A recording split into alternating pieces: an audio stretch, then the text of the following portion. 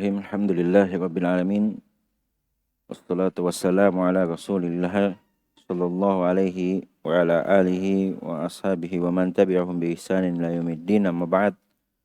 Alhamdulillah, kembali kita lanjutkan pelajaran kita dalam mempelajari salah satu cabang ilmu dari cabang-cabang ilmu syar'i, yaitu kita mempelajari ilmu fikih dan membaca buku Ad-Durar al-Bahiyah fi Masail al-Fiqhiyah yang ditulis oleh Syekh Muhammad bin Ali bin Muhammad Asy-Syaukani, yang masyhur di tengah-tengah kita dengan Asy-Syaukani rahimahullah ta'ala. Dan kita masih berada di kitab yang pertama, masih dalam pembahasan kitab Thahara, dan tepatnya kita telah membaca atau menyelesaikan 6 bab dari kitab ini. Terakhir kita baca adalah kitab yang bab yang ke-6 tentang tayammum. Adapun pada hari ini insyaallah kita akan menyelesaikan dari kitab yang pertama ini, kita akan menyelesaikan dari kitab Thahara. Kita akan membaca bab yang ke-7, yaitu tentang haid dan nifas, Dan ini diantara bentuk rahmat Allah subhanahu wa ta'ala kepada hamba-hambanya, yang juga sebagai penjelasan tentang hukum-hukum yang terkait dengan darah yang keluar dari seorang wanita. Dan di sini dibahas tentang haid dan nifas. Kata beliau rahimahullah, al-babus sabi', bab yang ke-7. Dan ini adalah bab yang terakhir dari kitab Thahara. Setelahnya insyaallah kita akan masuk ke kitab shalah. Bab yang ke-7 kata beliau al-haid wan nifas, yaitu haid dan nifas. Haid secara bahasa adalah sesuatu yang mengalir, style secara bahasa. Adapun secara istilah adalah dia darah tabiat atau alami yang keluar dari rahim wanita dewasa, maka olehnya juga dijadikan sebagai tanda seorang wanita telah balik atau belum. Ia adalah darah yang keluar dari rahim wanita dewasa, dan pada waktu-waktu tertentu, jadi ada memang waktunya, dan dengan sifat-sifat tertentu, dengan ciri-ciri yang dapat dikenali. Di antaranya darahnya itu kental, tidak encer, berwarna hitam, baunya busuk, menyengat, dan dia tidak menggumpal, tidak membeku, tidak menggumpal sebagaimana halnya darah biasa. Dan tentu ini dikenali oleh para wanita. Kita hanya menyampaikan ilmu tentang ciri-cirinya. Kita tidak mengalami hal tersebut. Ini kekhususan bagi wanita. Kemudian dalam bab ini beliau membawakan dua fasal. Yang pertama, kata beliau rahimahullah, al-faslul awal al-haid. Fasal yang pertama adalah tentang haid. Maka kata beliau, lam ya'ti fi takdiri aqallihi wa aktsarihi ma taqumu bihi al-hujjah wa kadzalika at-tuhur. Tidak ada ketentuan pasti tentang batasan paling sedikit dan paling banyaknya waktu atau masa haid yang bisa dijadikan hujjah yang kuat. Jadi tidak ada dalil yang menyebutkan tentang masa tercepat dan terlama seorang wanita mengalami haid. Begitu pula dengan Wa kadzalika tuhur, begitu pula dengan masa sucinya. Tidak ada dalil yang menunjukkan batasan waktu akan hal tersebut. Fadatul adah al-mutaqarrirati ta'malu 'alaiha wa ghairuha tarji'u ila al-qara'in. Dan fadatul awal adah, wanita yang memiliki kebiasaan al-mutaqarrirah, kebiasaan haid yang telah tetap setiap bulannya, ta'malu 'alaiha, maka ia mengikuti kebiasaan tersebut. Wa ghairuha tarji'u ilal qara'in, dan apabila ia tidak memiliki, seorang wanita tidak memiliki kebiasaan yang tetap dalam masa-masa haidnya, maka tarji'u ilal qara'in, ia kembali kepada tanda-tanda yang dapat dijadikan petunjuk. Misalkan dari ciri-ciri darah yang dikenali dan lain sebagainya. Fadamul haid yatamayyazu an ghairih. Kata beliau selanjutnya, darah haid itu memiliki ciri yang berbeda dengan darah selainnya. Fatakunu haidun idza ra'at damal haid. Maka jika seorang wanita itu melihat darah haid, maka ia dihukumi sedang haid. Wa mustahadatan idza ra'at ghairahu. Dan jika yang dilihat itu bukan darah haid, tidak ia dapati ciri-ciri darah haid padanya, maka ia dihukumi istihadah.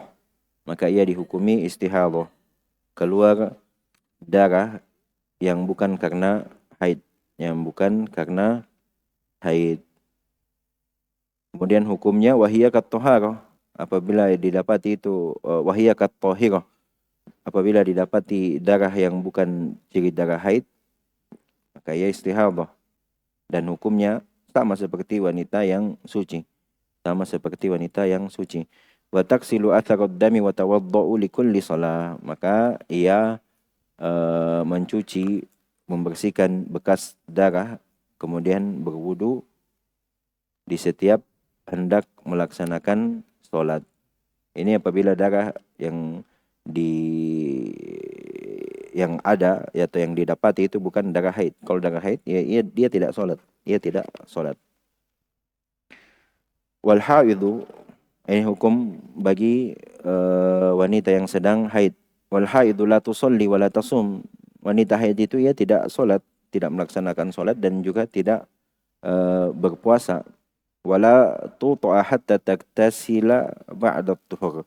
Dan juga ia tidak didatangi, tidak dilakukan hubungan suami istri dengannya hingga ia mandi setelah suci. Bukan setelah suci saja, tapi setelah suci ia mandi dulu baru boleh untuk melakukan hal yang sebelumnya tidak boleh dilakukan. Jadi harus mandi dulu. Wa taqdis siyam, dan ia mengganti puasa yang ditinggalkannya. Dari ucapan beliau rahimahullah di sini, beberapa hal yang disebutkan Syukani rahimahullah yang berkaitan dengan haid dapat kita simpulkan beberapa hal. Yang pertama adalah batasan masa haid.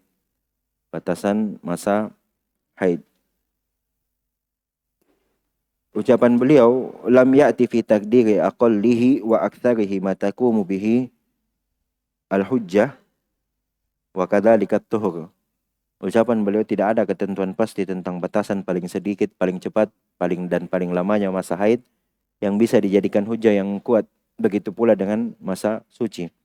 Tidak didapati adanya dalil yang sahih yang menyebutkan tentang batasan tersebut, batasan paling cepatnya atau paling lamanya seorang wanita mengalami haid. Hal ini diperjelas dengan firman Allah Subhanahu wa taala, wa yas'alunaka 'anil mahid qul huwa ada fagtasilun nisaa fil mahidi wa la taqrabuhunna hatta yathhurn. Mereka bertanya kepadamu wahai Nabi Muhammad tentang haid. Katakanlah itu suatu ada kotoran, maka jauhilah para istri, maksudnya tidak melakukan hubungan suami istri pada waktu haid, dan jangan kamu dekati mereka hingga mereka suci dari masa haidnya. Syekh Ibnu Utsaimin menyebutkan atau menjelaskan tentang ayat di atas bahwasanya hukum haid dikaitkan dengan sesuatu yang bersifat nyata dan dapat diindrai, yaitu darah, yaitu darah. Sehingga kapanpun didapati adanya tanda itu, tanda bahwa seseorang sedang haid, maka hukum haid berlaku padanya. Hukum haid berlaku padanya. Jadi kalau sudah tidak ada tandanya, maka atau sudah hilang tandanya, sudah datang masa sucinya, maka ia tidak lagi dihukumi masa berada dalam masa haid. Walaupun mungkin harinya hanya sehari atau 2 hari atau lebih dari itu, maka yang menjadi tolak ukur patokan adalah tanda, bukan tentang waktu. Bukan tentang waktu berapa lama ia telah haid. Tidak terikat dengan waktu, melainkan dengan tanda-tanda yang dapat dikenali. Selama seorang wanita mendapati darah dengan sifat yang dikenali sebagai darah haid, maka ia masih dalam masa haid. Dan apabila seorang wanita tidak mendapati darah tersebut, maka ia telah terputus dari masa haid dan ia telah suci. Wajib baginya mandi, bagaimana yang telah disebutkan di bab yang kelima tentang wajibnya mandi bagi orang yang telah lewat masa haidnya. Setelah ia mandi, ia melakukan hal yang tidak dilakukan pada saat ia haid, yaitu sholat, puasa, dan juga boleh suaminya untuk mendatanginya. Poin yang kedua yang disebutkan oleh Syekh rahimahullahu ta'ala Asy-Syaukani, yaitu panduan bagi seorang wanita ketika sebelumnya telah diketahui bahwasanya tidak ada batasan waktu tercepat dan terlamanya masa seorang wanita itu haid, maka yang menjadi pertanyaan selanjutnya bagi kita adalah bagaimana seseorang mengetahui apakah ia telah selesai masa haidnya atau belum. Maka ucapan beliau rahimahullahu ta'ala, fadatal adah al-mutaqarriru ta'amalu alaiha. Maka wanita yang memiliki kebiasaan haid yang telah tetap, ia mengikuti kebiasaan tersebut. Wa ghairuha tarji'u ilal qara'in, dan yang tidak memiliki kebiasaan tetap maka ia kembali kepada tanda-tanda. Sudah disebutkan juga, diisyaratkan tadi. Itulah yang menjadi tolak ukur dari masa haid seorang wanita. Jika ia memiliki kebiasaan haid dengan jangka waktu yang telah tetap berulang setiap bulannya, maka ia jadikan hal tersebut sebagai tolak ukur. Hal ini sebagaimana disebutkan dalam hadis yang diriwayatkan oleh Imam Bukhari dari Aisyah radhiyallahu taala anha. Beliau berkata bahwasanya Fatimah bintu Abi Hubaish bertanya atau datang bertanya kepada Nabi sallallahu alaihi wasallam. Ia berkata, "Inni ustahab fala athhur." Saya mengalami istihadah, keluar darah terus menerus. Fala athhur, dan tidak pernah suci. Pertanyaannya adalah, afa ada'us shalah? Apakah saya meninggalkan salat kalau seperti itu keadaannya? Maka kata Rasulullah sallallahu alaihi wasallam, la, tidak. Inna dzalika irqun. Sesungguhnya hal tersebut adalah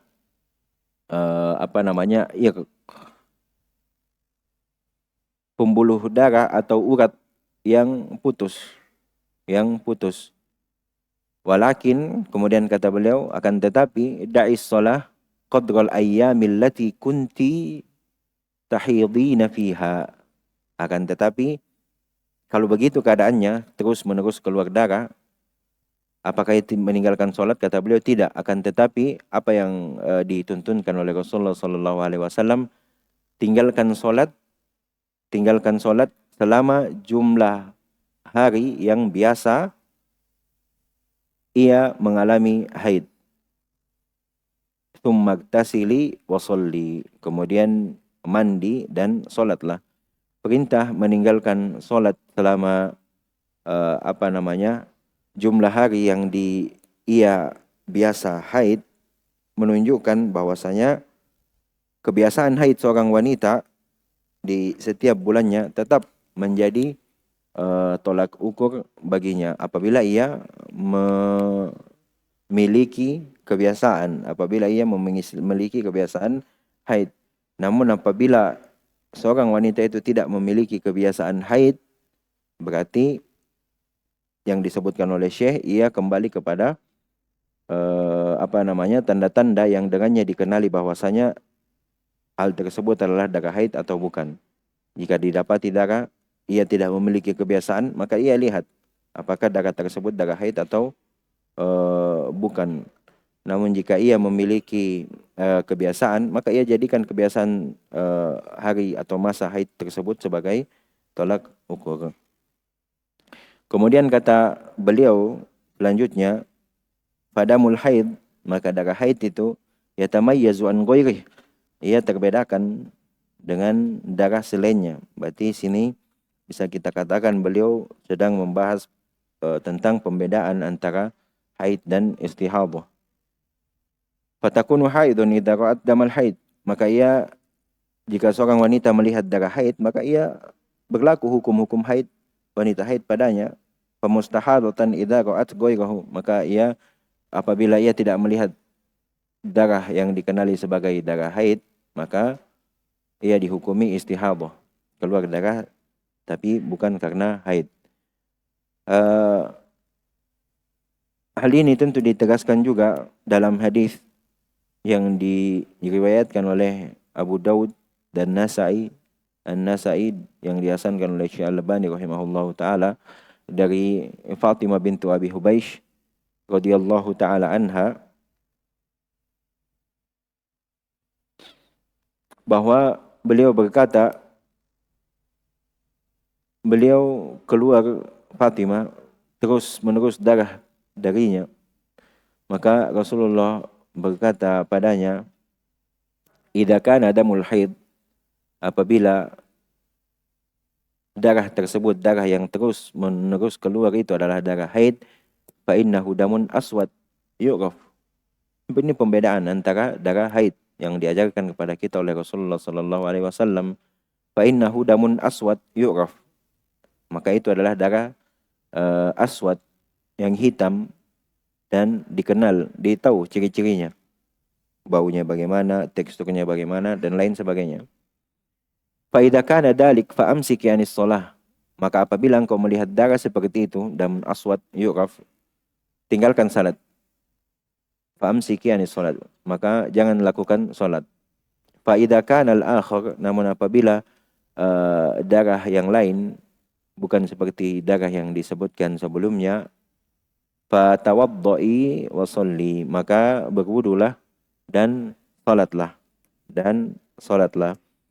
Maka jelas bagi kita hadis di atas menyebutkan bahwa jika dikenali suatu darah itu sebagai darah haid, maka berlaku baginya hukum yang berkaitan dengan haid. Tidak sholat, tidak puasa, tidak boleh didatangi.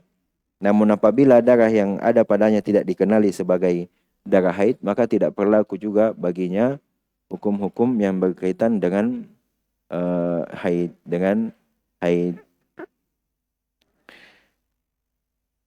Sebagaimana kata beliau selanjutnya, wahiyaka at-tahirah, maka ia hukumnya seperti orang yang suci.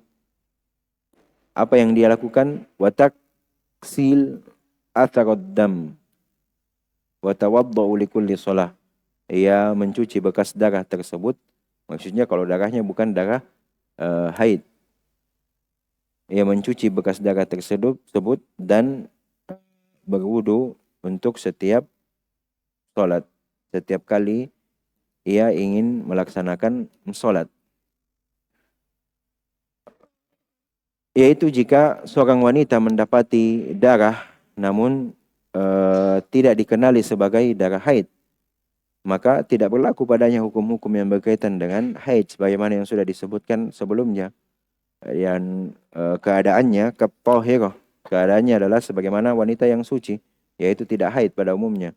Ia tetap salat, tetap melaksanakan salat sebagaimana yang sudah disebutkan dalam hadis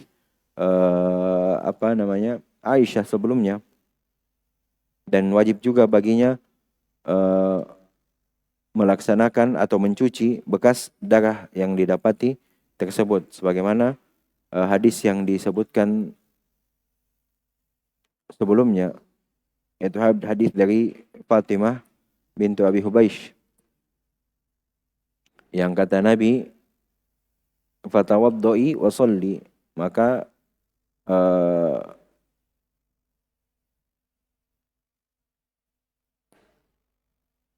ia berwudu di setiap kali hendak melaksanakan salat.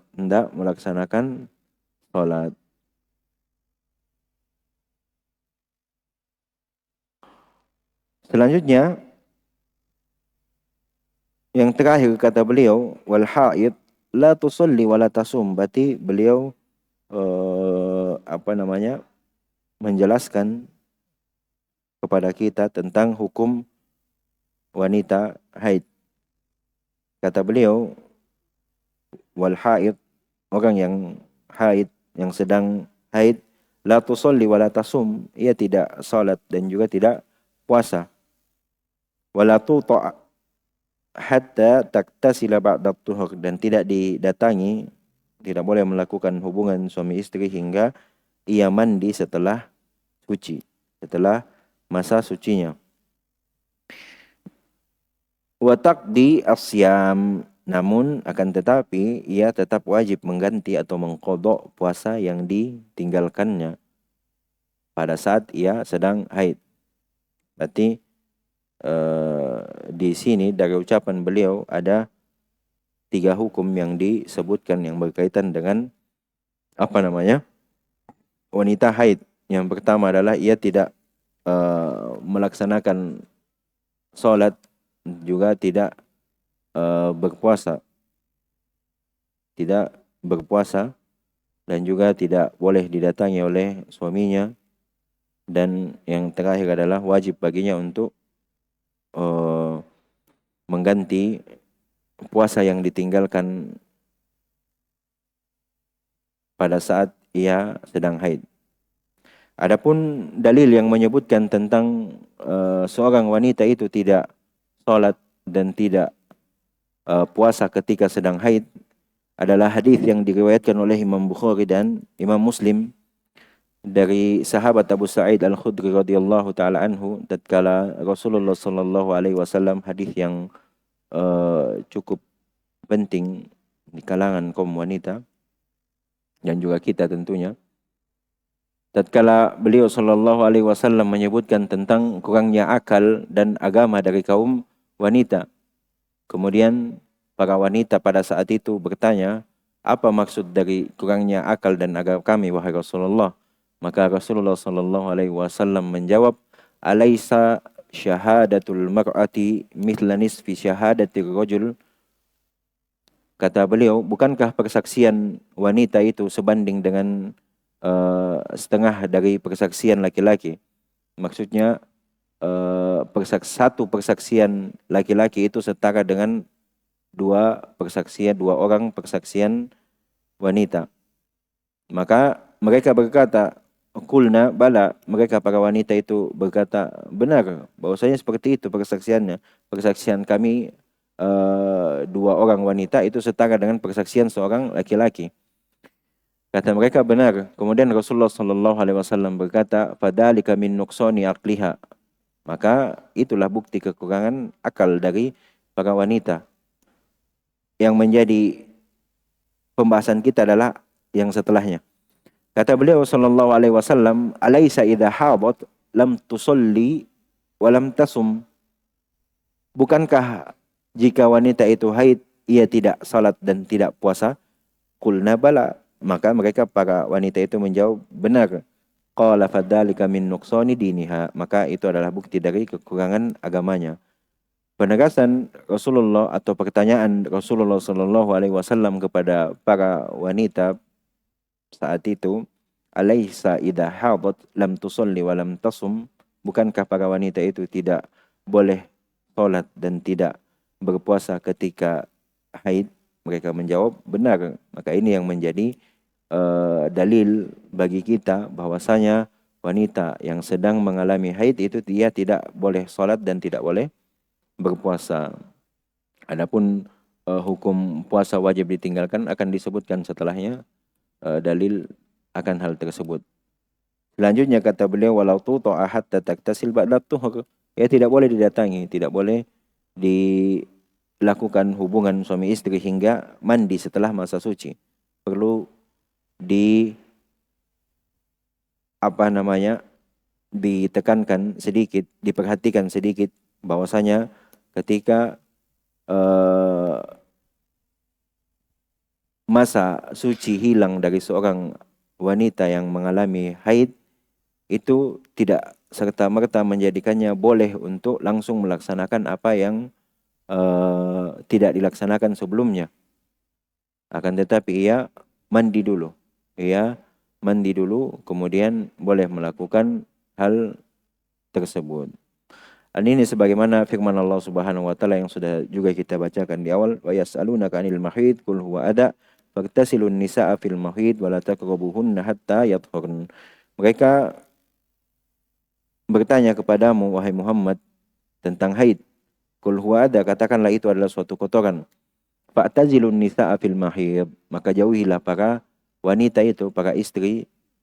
Maksudnya jauhi di sini yaitu tidak melakukan hubungan badan bersama mereka fil mahid, pada masa haidnya. Wala taqrabuhunna, dan juga jangan dekati mereka, sama maksudnya jangan lakukan hubungan suami istri. Hatta yatahharn, sampai ia suci, habis masa haidnya, mandi, kemudian boleh melakukan hal tersebut.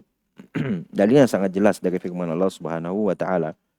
Dan yang terakhir kata beliau, wa taqdi asyam, dan ia wajib mengganti puasa yang ditinggalkan selama masa haidnya. Sebagaimana hadis yang diriwayatkan oleh Imam Bukhari dan Muslim bahwa Mu'adzah bintu Abdullah, seorang tabi'iyah, Muhibbam memasukkan dalam golongan tabi'in, dia tabi'iyah, berkata kepada Aisyah radhiyallahu taala anha, kata beliau, saya pernah bertanya kepada Ummul Mukminin Aisyah radhiyallahu taala anha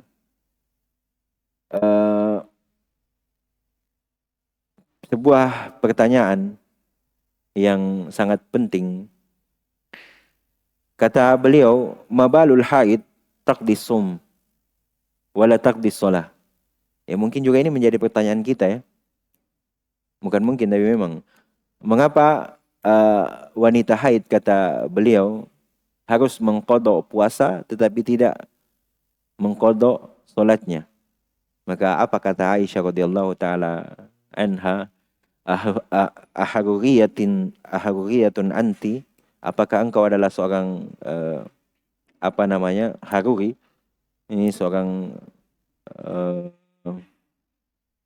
Khawarij, seorang kelompok Khawarij yang muncul di daerah Harurah dekat Kufa, yang mereka dikenal sedang menyimpang dalam pemahaman agama dan menolak hadis-hadis tertentu. Maka kata Aisyah, apakah engkau seorang Haruri? Aku menjawab, Mu'adzah tadi menjawab, bukan, saya hanya bertanya, hanya sekedar bertanya. Maka Ummul Mukminin Aisyah radhiyallahu taala anha berkata, kana yusibuna dalik, kami juga mengalami hal itu, maksudnya haid. Fa nu'maru biqada'is shaum wa la nu'maru biqada'is shalah. Kami diperintah untuk mengqadha puasa, mengganti puasa yang kami tinggalkan pada saat haid, dan tidak diperintahkan untuk al-qadha as-shalah, mengganti salat yang kami tinggalkan. subhanallah, ini memberikan kita sebuah pemahaman atau sebuah kaidah dalam beragama. Apa yang diperintahkan, laksanakan. Apa yang tidak, jangan dilakukan. Jangan terlalu banyak bertanya. Dan tentu, apa yang Allah, satu kaidah besar dalam agama ini adalah apa yang Allah Subhanahu wa taala perintahkan kepada hamba-hambanya itu merupakan pasti terdapat kebaikan-kebaikan untuk hamba-hamba tersebut.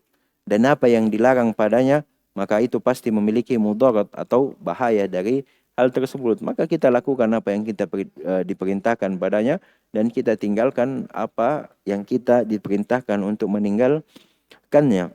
Tanpa banyak bertanya, mengapa begini dan mengapa begitu. Tentu ini hal tersebut akan mengantarkan kita pada keraguan dalam beragama dan memperturuti bisikan-bisikan syaitan yang pada akhirnya ia akan bertanya tentang hal-hal yang mustahil. Kemudian setelah selesai dari pembahasan haid dan istihadah, berarti ada dua yang disebutkan ya. Sekalipun babnya di situ hanya disebutkan tentang haid dan nifas, tapi dalam penjelasan beliau juga menyebutkan tentang istihadah karena dikenali darah yang berkaitan dengan wanita itu hanya ada 3. Darah haid, istihadah, dan setelahnya nifas. Kemudian setelah menjelaskan haid dan istihadah, maka penulis berpindah ke fasal yang kedua, yaitu tentang nifas. Tentang nifas. Sebelum masuk pada penjelasan penulis. Penulis di sini tidak menjelaskan tentang apa definisi ya. Tidak ada, dari awal juga beliau tidak sebutkan, kita sebutkan. Nifas secara bahasa adalah masa yang datang setelah seorang wanita itu melahirkan, secara bahasa, di mana keadaan rahim dan organ reproduksi wanita kembali kepada kondisi normal sebelum kehamilannya. Kemudian nifas secara istilah adalah, maksudnya istilah syar'i, darah yang keluar setelah melahirkan. Nah, ini ada hukum-hukum yang terkait dengannya. Kata beliau rahimahullahu taala, al-faslu tsani, fasal yang kedua adalah an-nifas. An-nifas, tentang nifas. Wan nifasu aktsaruhu 40 yawman wala hadda li aqallihi wa huwa kal haid. Nifas itu aktsaruhu 40 yawman, kebanyakan masanya atau masa terlamanya adalah 40 hari. 40 hari. Berbeda dengan haid yang tadi, tidak ada masa terlamanya karena memang tidak ada dalil. Adapun ini akan disebutkan nanti dalilnya insyaallah taala.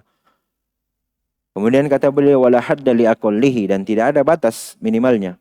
Tidak ada batas minimalnya. Maksudnya selama tidak didapati lagi darah nifas, maka selesai masanya. Tidak lagi dihukumi nifas. Kemudian wahwa kal haid, dan nifas ini seperti haid. Maksudnya hukum-hukum yang berlaku padanya. Hukum-hukum yang berlaku padanya, yaitu orang yang sedang nifas, ia tidak sholat, tidak puasa, dan juga tidak boleh didatangi oleh suaminya.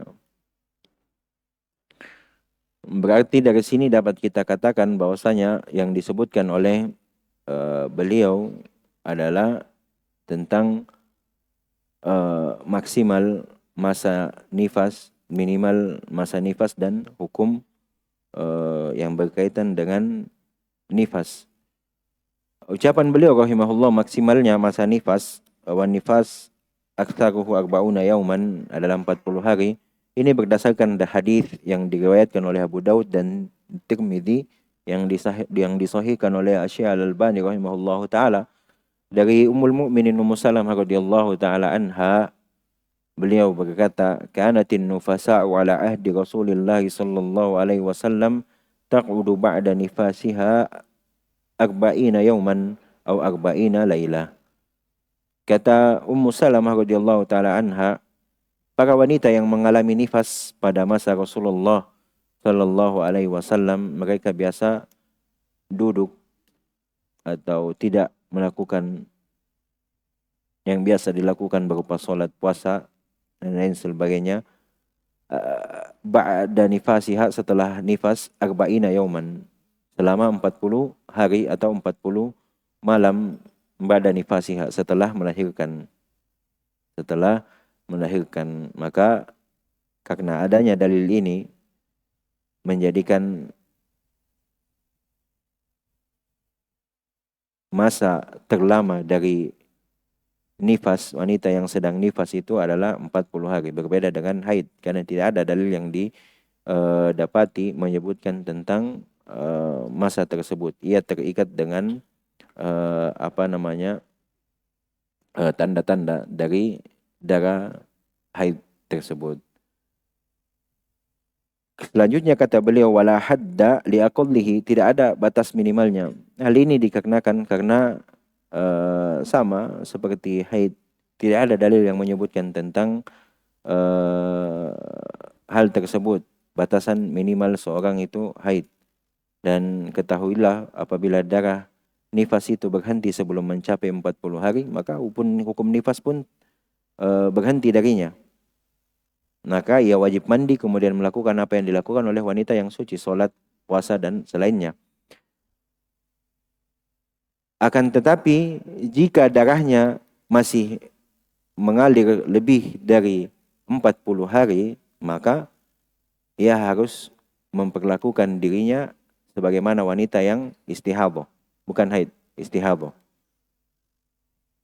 Artinya pada hari ke-41 sekalipun tetap ada darah yang didapati untuk wanita yang nifas, maka ia wajib mandi kemudian melakukan apa yang dilakukan oleh wanita yang suci pada umumnya, sholat, puasa, dan lain sebagainya. Walaupun ia masih mendapati adanya darah, ia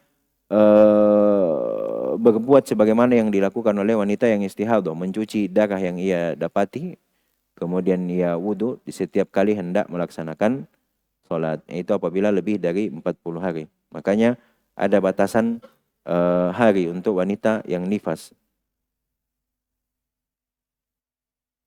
Selanjutnya, terakhir, wahuwa kal haid. Kata beliau, rahimahullahu ta'ala, dan orang yang mengalami nifas ini seperti haid.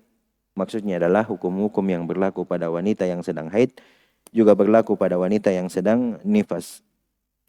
Tidak sholat, tidak puasa, tidak boleh didatangi oleh suaminya, dan tentunya juga berlaku baginya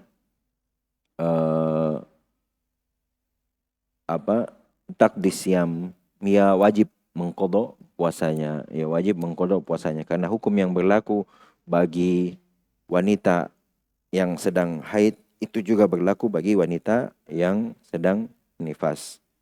Ringkas selesai pembahasan dari haid dan nifas dari Imam Asy-Syaukani rahimahullahu ta'ala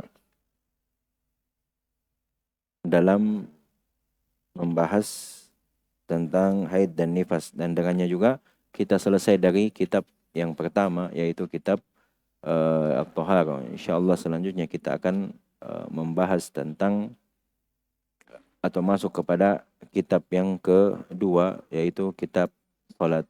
Dan terkhusus untuk pembahasan haid dan dan nifas ini, ada buku yang ditulis oleh guru kita, semua tentang darah perempuan. Di sana banyak dijelaskan tentang darah perempuan, haid, istihadah, dan nifas. Bagus untuk dibaca. Dan sebagian besarnya yang kita sebutkan pada hari ini kami ambil dari buku beliau tersebut. Semoga Allah Subhanahu wa taala membalas dengan sebaik-baik pahala dan mengukuhkan kita di atas ilmu dan amalan. Subhanakallahumma wa bihamdik, asyhadu an la ilaha illa anta, astaghfiruka wa atubu ilaik. Alhamdulillahirabbil alamin.